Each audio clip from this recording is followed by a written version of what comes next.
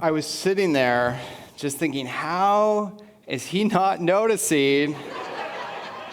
And I have a theory. I think the church that we stole Catlin from, they stood the whole service, I think. So that's great. Yeah, you guys are allowed to sit while I talk, that's for sure. Anyways, happy Thanksgiving. If you've gotten to know me, I'm not the most, I guess, what people call traditional or, I guess, hallmarky kind of person. I think we should...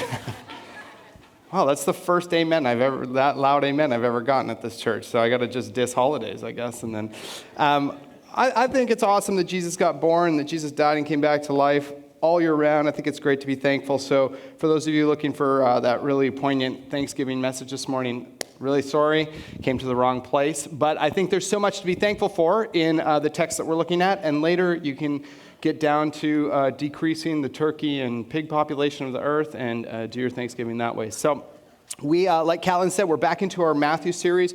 We kicked this off in March, Matthew, the Not Normal Kingdom. And I am so stoked to be back in this. It's been quite a while. We paused in June, and it's been the summer, and I'm really pumped to be back in here. And so for those of you who are just joining us, or maybe you're like, oh, I don't remember the things you said even like 5 seconds ago, I feel you on that.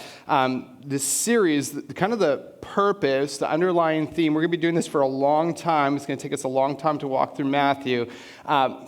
Matthew, the not normal kingdom, the underlying thrust is that Jesus comes and he sets up this kingdom, but it's anything but normal. In fact, it's really weird. It's really strange. It's different than what people expect. And over the next few years, as we journey through this book, what I hope is that we will embrace the abnormality of what it feels to follow, or looks like to follow Jesus. That we'll embrace the reality that, it's not Jesus and this really normal life, but Jesus is calling us to something different, to something other, to something that I would argue is much better than the normal that this world has to offer us. And so that's what's going on here. We're going to be looking at the teachings of Jesus, the life of Jesus, walking through the book of Matthew.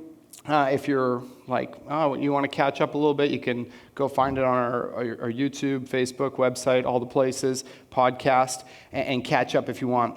But I'll give you a quick recap of what's gone on up until this point. We're going to be in Matthew, we're going to be over the next while, Matthew 5 through 7, what's famously called the Sermon on the Mount. What's going on is the start of Matthew, there's this long genealogy. We spent a few weeks in that. Jesus gets born. Then these weird mystics from the east, these magi, they come and visit him. And then this tyrannical king called Herod, he tries to kill him, kills a whole bunch of babies. It's crazy. They escape. And then all of a sudden, Jesus is old. And there's this guy named John the Baptist who's preaching this message of repentance. He's like, turn from your sin, the kingdom of heaven has come near. And he baptizes Jesus. Jesus ducks out to the wilderness and doesn't eat for 40 days. Very not normal stuff he's up to right from the get-go. Goes and doesn't eat for 40 days in the wilderness. And then he comes back and he starts preaching this message just like John's. He says, repent, for the kingdom of heaven has come near. It's this really simple message, this invitation into his not normal kingdom. Repent, turn from your sin, and take on this new life. Turn from the ways of the world, the ways that your flesh would take you, and turn to this new kingdom. And then from there, he starts this small group. We call them the disciples. He says, come follow me. I'll send you out to fish for people.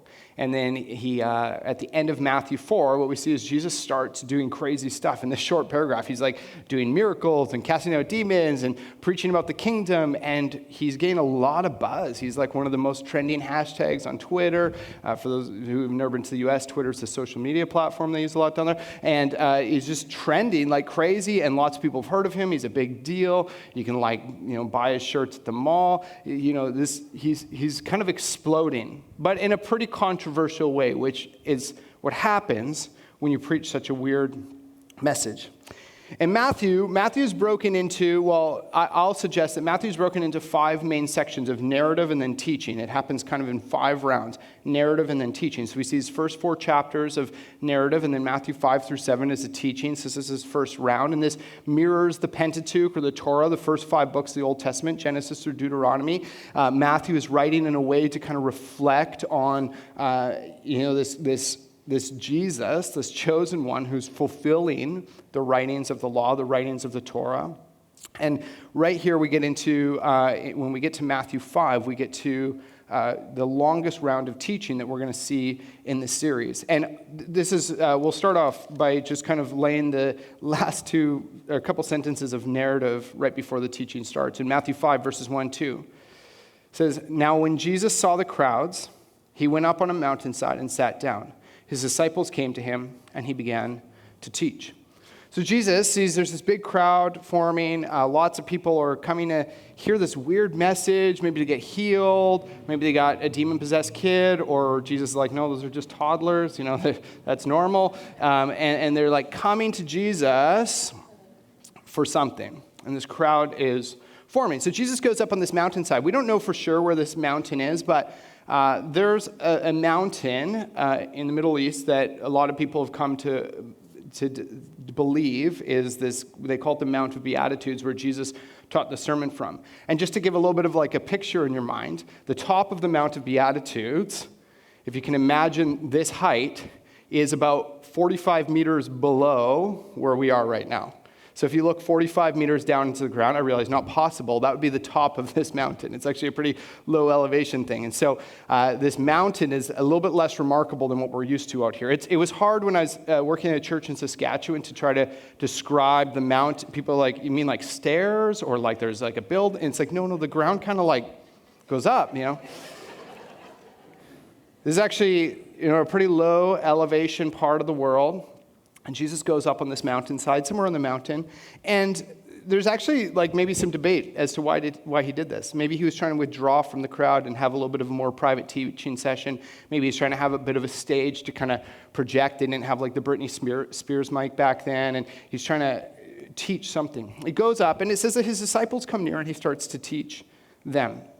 Now, the narrative seems to make it sound like Jesus is just kind of with his small group. He's just teaching these maybe like 12 people or, a bit more than that.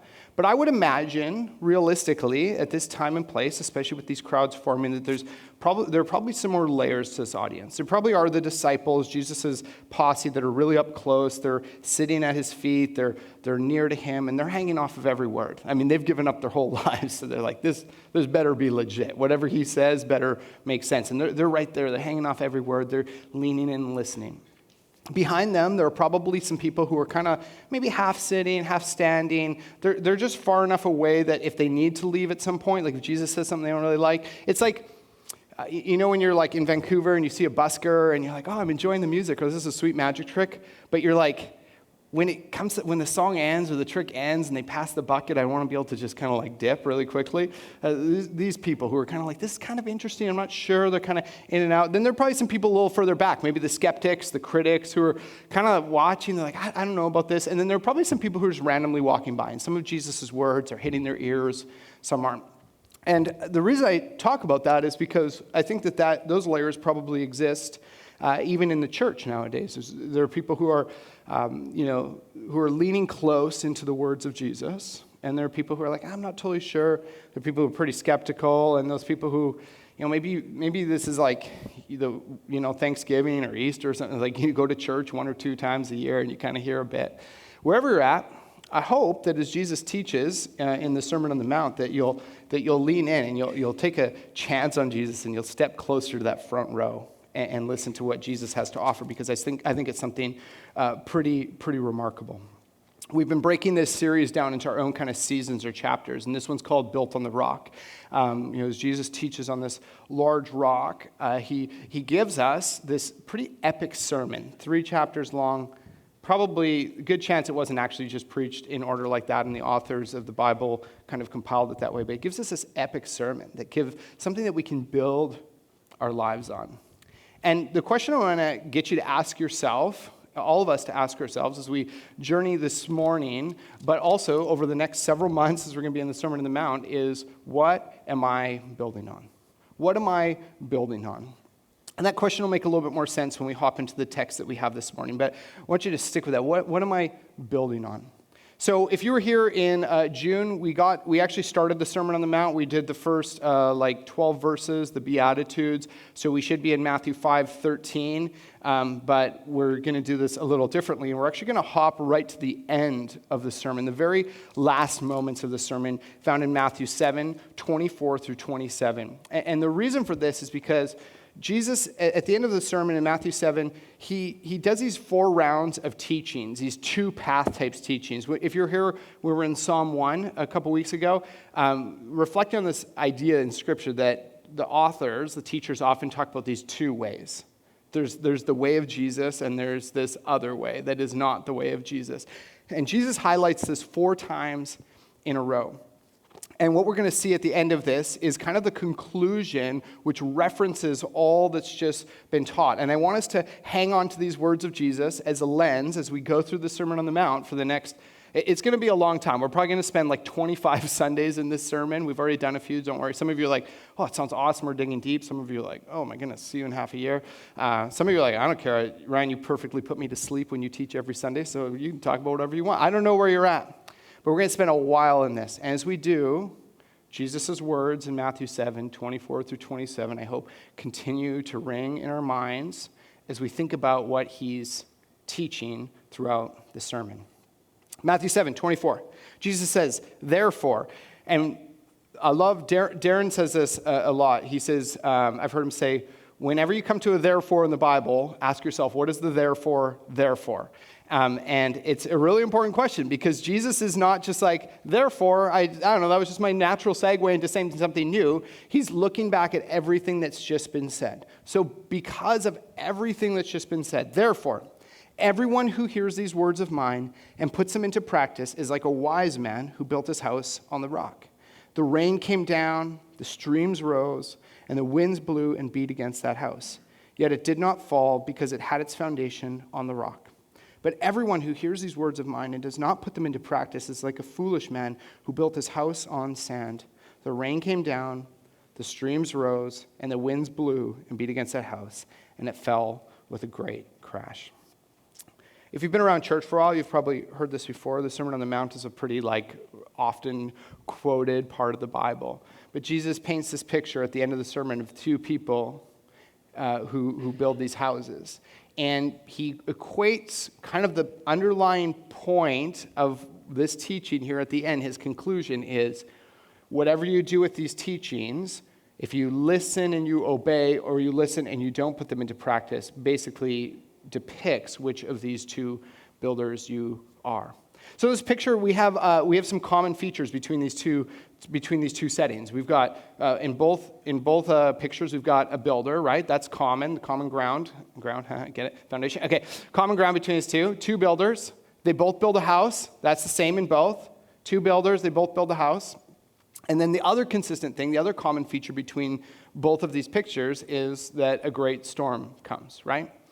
And this is like a really simple, kind of straightforward picture of what life is. Everybody comes into this world with the same elements. They're a person who's building a life. That's a metaphor for building a house. That's a metaphor for your life. Kind of let the cat out of the bag there. The house is a metaphor for your life, how you're living your life, what you're building on. And then all of us face storms, and we're kidding ourselves. We all know there are storms, there's craziness. And I went out for a walk the other day with my baby Katana, and by baby Katana, I realized that sounds like a small sword. No, I was walking with my baby, and her name is Katana, and we're walking around the duck pond, and we start chatting with this lady, and she's like not part of church or anything like that, but she knows a bunch of people that are. She knows people that work at churches, and she was telling me about this conversation she's having recently with a guy who works at a church, a pastor, and she said one of the things she struggles with is that churches, Christians, pastors often highlight the things they want to highlight. You know, it's like what we all do when we're dating, right? It's like, oh, you should know this about me, but don't know. But highlight the good things. And she's like, they make it sound like life's good, you know, just follow Jesus, your life will be great. And that's some kind of form of a prosperity gospel.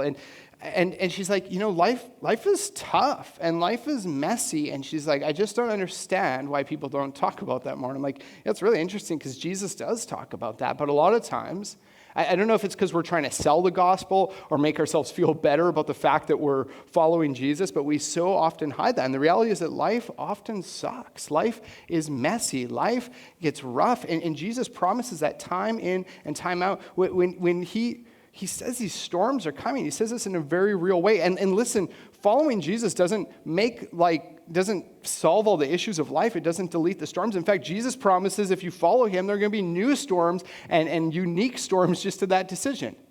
He makes it sound like if you don't follow him, it's actually probably easier in a lot of aspects of life. So we have these common features. We've got a builder, we've got a house, and we've got a storm in both of these. But there are these two kind of primary differences. The first difference is the foundation that they build on. So we have this one builder, he's this wise builder, and he goes out and builds on a solid rock foundation. That makes sense.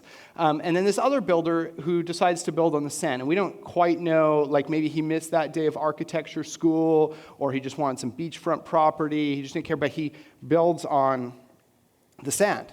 And he decides, I don't really care about building on the rock. And so Jesus says he's the foolish builder. So he builds on the sand rather than the rock. And what happens is that common feature, the storms come, and the other difference between these two is the outcome. The wise builder who built on the rock, his house stays nice and strong. It's great, no problem, no sweat. But the foolish builder, great crash. The house ends in this picture of destruction. And it's so easy for us now to read that in the Bible and be like, yeah, it's cool, this cool picture and stuff. But this is the house, when you come to terms with the fact that this house is literally your life, and that your life is this picture of either standing strong through the storms or being decimated under the storm, this becomes a pretty visceral teaching. And this builder, he just decides, you know what, I don't care. I don't want to follow the teachings of Jesus, and he chooses to build his house on an unsuitable foundation. Listen, your house is the place where you eat. It's the place where you sleep. It's the place where you find shelter. It's the place that you invite friends over to, in 2019, maybe someday again. But it's the place where you have family over to, where people can, it's the safest place in your world is usually inside your house. This is a place of safety. And it's interesting when we think about a house being destroyed, in this picture, it's easy to just kind of think about this probably first century hut kind of collapsing. But if your house was literally leveled, not only does that come with great cost to the structure, but typically there's someone inside your house, right? You might be inside your house sleeping. Years ago, one of our band, we went through different vehicles, but at one point we had this shuttle bus, and we had triple bunks built in it, 3 levels high, which is probably not safe anyways. But our drummer was driving the bus, and fortunately there's only one other person in there, and he didn't notice the sign for the low bridge coming up. And so he drove our bus straight into this cement bridge, and it sardine canned the roof of the bus back. It's crazy. Half the bus just back. And when we showed up later to look in it, the bunks were collapsed on each other. And I was a bottom bunk dweller, right? So I'm just oh man, that could have been 2 bunks and 2 bodies piled on top of me, which would have been, just in case you're wondering, pretty bad, I think. And it's so fascinating when I think about a house being destroyed. I mean, this is a dangerous, perilous thing. This is the place where you're supposed to find shelter. And all of a sudden, when your house gives out on you and your house is destroyed, this not only is we lost our house. This is a thing of great risk. And as we look through the teachings of Jesus in Matthew 5 through 7, Jesus is going to contend that you can choose one way or the other. You can listen to his teachings, and since you're here, you're listening to his teachings, we're going to be reading it. You can listen to them and say, I don't need it, or else you can listen to them and say, I'm going to put these into practice. And it's up to you, wise or foolish builder. It's actually a really simple equation for life. We have so many complexities and so many factors that we put into thinking about life. How do I do this? We are trying to figure out which kindergarten we should try to register our daughter for. It's all complex. When it comes down to faith and spirituality and eternity and the things that actually matter, Jesus makes it pretty simple. A plus B equals C. Listening to his teachings, putting them into practice equals the wise life. I'm not saying that's an easy path, but I'm saying it's actually a pretty simple equation that Jesus is offering us as we're going to go back and look through his teachings. But it's hard work. It's not easy. It's not a journey for the faint of heart. It's actually interesting. I was reading this one commentary. I didn't come up with this on my own. It's way too brilliant. But by the Sea of Galilee, like near where Jesus is teaching, the sand, like kind of all around it on the land there, during the summer months gets actually really hard. It gets dried out and it becomes very solid, as in you could actually build something on it. But they know that every year, as the seasons change, as the storms come, that sand will become soft again. So it's quite possible that a foolish builder could walk up during the right time of year and be like, this is legit, this is solid, I could build a house on this, and build the house, and it probably would stand. But everybody knows, that builder knows that this is not going to last. And this is so often what we do in life. We choose the same destructive behaviors over and over again. We don't choose the productive behaviors time and time again. We don't follow the moral high ground that Jesus calls us to. We don't follow the righteous life that he calls us into. We continue to ignore spiritual practices, thinking, oh, maybe this time it'll work out. Maybe this time I'll feel better about my life. Maybe this time I'll weather the storm better. Maybe this time I'll find hope in the thing that always continues to leave me hopeless. And it never works. It's like this foolish builder going back every summer and building a house, and then every fall being homeless and going over to the wise builder's house and being like, yo, can I crash for a bit? It's like, dude, this is not a foundation that is going to last. And this is what's so not normal about Jesus' kingdom, is that he looks at the things that the world has to offer, that all of us are born into and that we crave and that we long for and that we try to build our lives on. And he says, you know what, that's the fall's going to come, the storms are going to come, and it's just not going to last. In that time of year, it's actually hard work to get down to the bedrock. The wise builder would have to come and dig through hard sand and put in a lot of serious effort to dig down to the bedrock to build his house on something solid.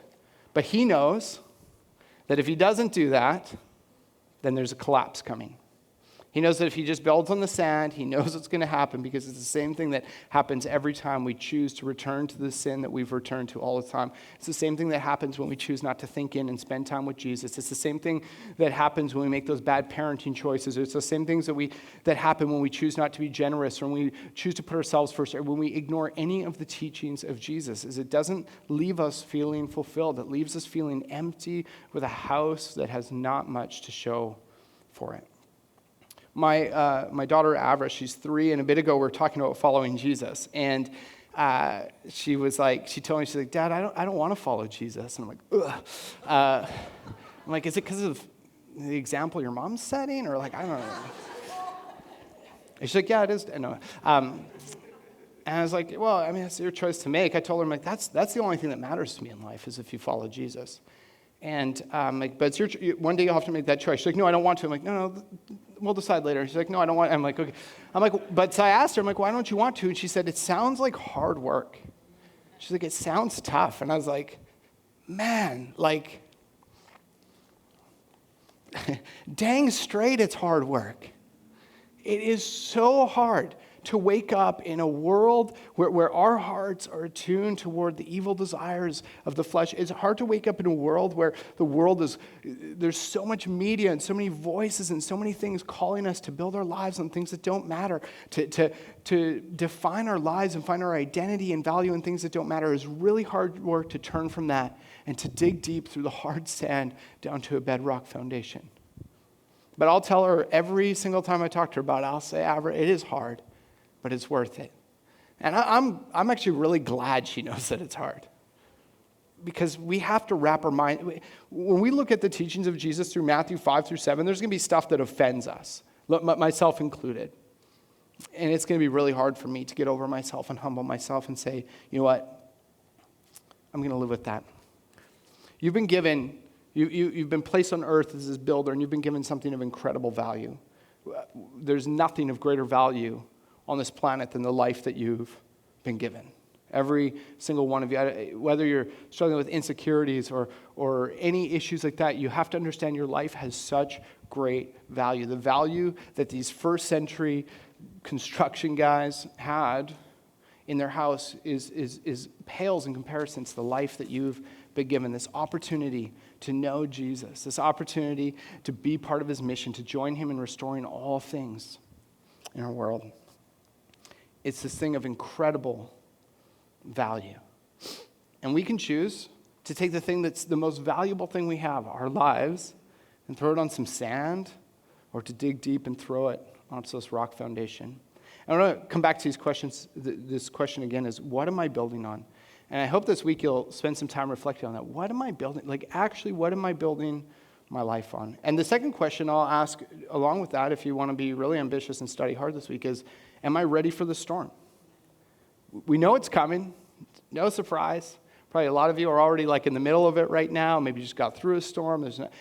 They come all the time. Am I ready for the storm? And particularly now, I mean, I don't want to say tail end of COVID. I don't know where we're at. Like, maybe it's the tail end. Maybe we're like still starting. Who knows? But we've been through this crazy storm. I mean, we went like a year and a half of not using this room. And the church, we saw like the church like in North America like empty out and people's faith just decimated.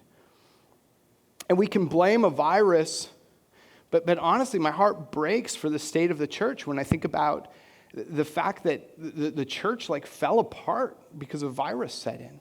I mean, is that really worse than what the early church experienced under like Roman persecution? Is that really worse than the persecution that goes around the world? Is that really worse than the church during the Dark Ages? I don't think so. I think what we have to recognize is that the foundation that we had been built on really wasn't that good. It wasn't that legitimate. Many of us, our expression of faith, our expression of Christianity, our expression of following Jesus means showing up to a room on a Sunday morning once every 2 or 3 or 4 weeks, a couple times a year, and hoping that Christianity kind of like happens to us, rather than throughout the week, putting our faith into practice, spending some time with Jesus, getting to know him. How can we put the teachings of Jesus into practice if most of us have never even read this? How can we put the teachings of Jesus into practice if we spend very little time listening? We listen to the voices of our world, of media, of all that so much more than we listen to the teachings of Jesus, and we allow that to become the foundation. I'm going to tell you something right now. Even though that sand might feel hard right now, that sand will not build your life to weather the storms. Your Creator who created you, who gave you the tools to build a house, he knows exactly what you need. And we're going to be looking at those teachings all throughout. We need to be ready for another lockdown. We need to be ready for anything, for any amount of crap to hit the fan in our world, and to say, you know what, I am still a follower of Jesus. Not, oh, there's a virus in the world, so I just can't, because we're not doing group singing, and there's not some guy giving us a, hopefully slightly above average message on a Sunday morning, That's not it. Jesus invites you to be a wise builder, not a foolish builder. And this resonates so deeply with me because this is the story of my life, this wise and foolish builder narrative. I grew up in the church, and I showed up to the club on Sunday mornings, and I kind of did faith by showing up and kind of mildly participating. And eventually storms hit, and I realized, man, this just isn't working. And eventually Jesus called me. Well, he was always calling, but eventually I heard the call to push away the destructive behaviors, to push away the pointless faith, the mediocre faith, the lukewarm faith, the kind of social club aspect of Jesus, and realize that I need to actually know my Creator, I need to know his teachings, and I need to put them into practice. And he amidst the wreckage, the ruins, the debris of my life that was not only falling down, but was hurting me and damaging me as it did, hands me a hammer, hands me the tools, and says, let's rebuild this thing, Ryan. And I don't know where you're at this morning. Maybe you're killing it in your relationship with Jesus, and that's awesome. Maybe you're like, man, I haven't picked up the Bible in a minute. Maybe you've I've never read through it. Maybe you're like, I don't know about this Jesus thing. I've been struggling. And the invitation is really clear this morning. To make some space and to ask yourself, what am I building on? Am I ready for the storm? And if not, then ask yourself, what does it take to actually embrace this foundation, this wise way that Jesus calls me into? It's just a bonus aside. We're going to move into communion time. It's just a bonus aside for something that's maybe helpful on a practical level. Me and a bunch of people from our town are in a couple weeks going to start a Bible in a year reading plan. If you've never read through the Bible, When we read the Old Testament, the kids there, even the New Testament, the kids there by age 12, like had a whole bunch of like almost all of the Old Testament memorized. Now you can be like 30, 40, 50 in a church and like not have read through it. I'm not trying to shame you. I just want to like compel you. This is something exciting. This is actually important. This is part of the bedrock. This is digging deep through that sound. If you've never read through this, hit me up, because in a couple weeks we're going to start, and I want to invite you into one of the most life-changing journeys you've ever been on in your life. Is it going to be hard? Guaranteed. Is it going to be boring sometimes? Oh, absolutely. If you don't know that, you've never read Leviticus through Deuteronomy. Is it going to be like, are you going to want to give up? Are you maybe going to fail? For sure. But it's better to fail digging through the hard sand than to just give up and say, you know what, I'll just build on the sand and see what happens, because you know what's going to happen. We're going to move into a time of communion now, and under your seat is this really nicely prepackaged cup with a cracker conveniently placed in the lid. And Jesus was the king of thinking small. He did community well with his friends. He hung out with them all the time. He did life with them. And one of the things I love about Jesus is he regularly was in the practice of just sitting down. Maybe it was around a table, around a fire, in a field somewhere, in a house, and just eating with people. It was a pretty normal part of Jesus' ministry, just hanging out with people, eating with them. His table was open to everybody. It didn't matter if you were a tax collector. It didn't matter if you were ripping people off. It didn't matter if you were, some woman that people thought was like highly immoral. Whoever you were welcome to come sit at Jesus' table. Even I would have been welcome at Jesus' table.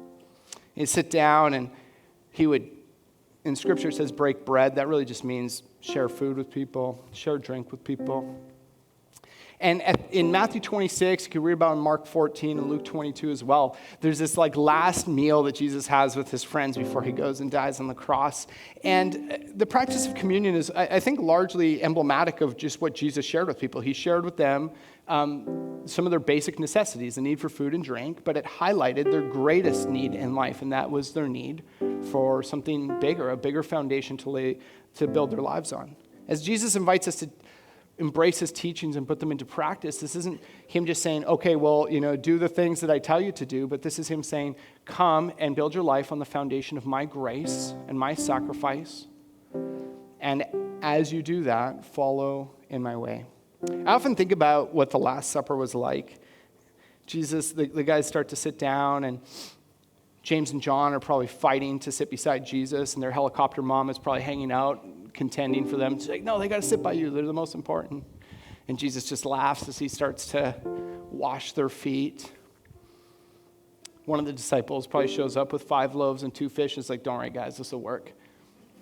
One of them orders a glass of wine, and Jesus says, no. 13 waters, gives a wink to the guys. He's like, trust me. They probably reminisced a lot about life. Some of them probably said, I miss fishing with my dad in the afternoon. I miss some of what I used to have. It's been hard, the sacrifice of following Jesus. Probably talk about the things they used to do, and maybe the last time they got to see their families as they've gone on this crazy ministry journey with Jesus. They probably talk about a lot of the same things we talk about nowadays. I can picture Matthew and Simon having these robust debates about politics. I could even imagine some of the disciples saying, hey, Jesus, there's some people concerned about the health and safety of our group because we've been going and talking to people with leprosy, and now we're gathering with other people. It's strange how not a lot changes over time. We still have a lot of those same conversations as we're trying to figure it out. I picture the disciples, are wrestling with theology.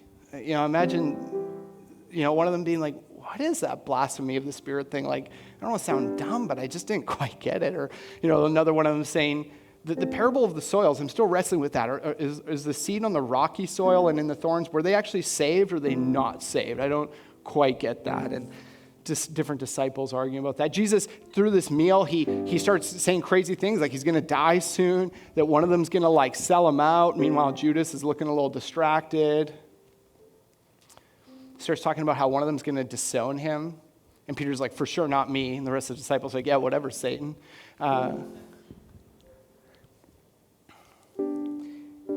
But at the end of it, Jesus pulls out some food, and he says, guys, this is emblematic of what I'm about to do for all of you. I'm not just teaching you a way of life, but I'm inviting you into my grace-filled life that will transform you and will change you. And I so often think, oh man, what would have been like to sit at that table? And then I'm reminded, it's like, I get to sit at that table. This table is always open for anybody who wants to say, yeah, Jesus, I want in. And Jesus says the drink represents his blood flowing out on the cross, and well, I don't think they had a flavorless, gluten-free wafer back then, but whatever they ate. Says, this represents my body that's going to be shredded on the cross just because I love you. Because I am a good, good father, and I care for you. And it's so cool that this table is open for all eternity, and that we get to sit at it and partake in what Jesus offers us. And we're going to eat and drink, and as we do, I hope we can recognize that this morning, I hope we can zero in on the fact that Jesus comes and he lays down his life to lay this rock-solid foundation for us to build our lives on. And that we take those questions very seriously today as we journey through the rest of the Sermon on the Mount. What am I building my life on? Am I just doing the way of the world? Am I just following the path of the foolish? Or am I saying, Jesus, thank you that you laid it all down so I could choose the path of the wise?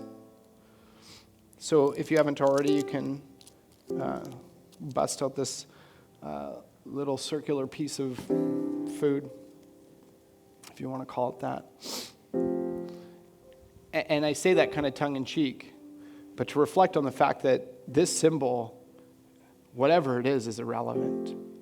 What it represents is something far beyond whether we're eating this or real food or however you want to reflect on this, is that it's all about what Jesus has done for us. And like they did around the table, let's eat together.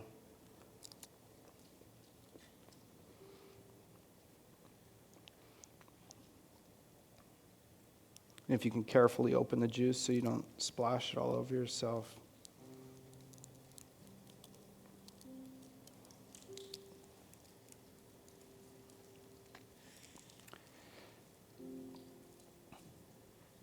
And just picture yourself sitting around this table as Jesus says, I'm giving you everything. Here's my blood poured out for you. Let's drink together.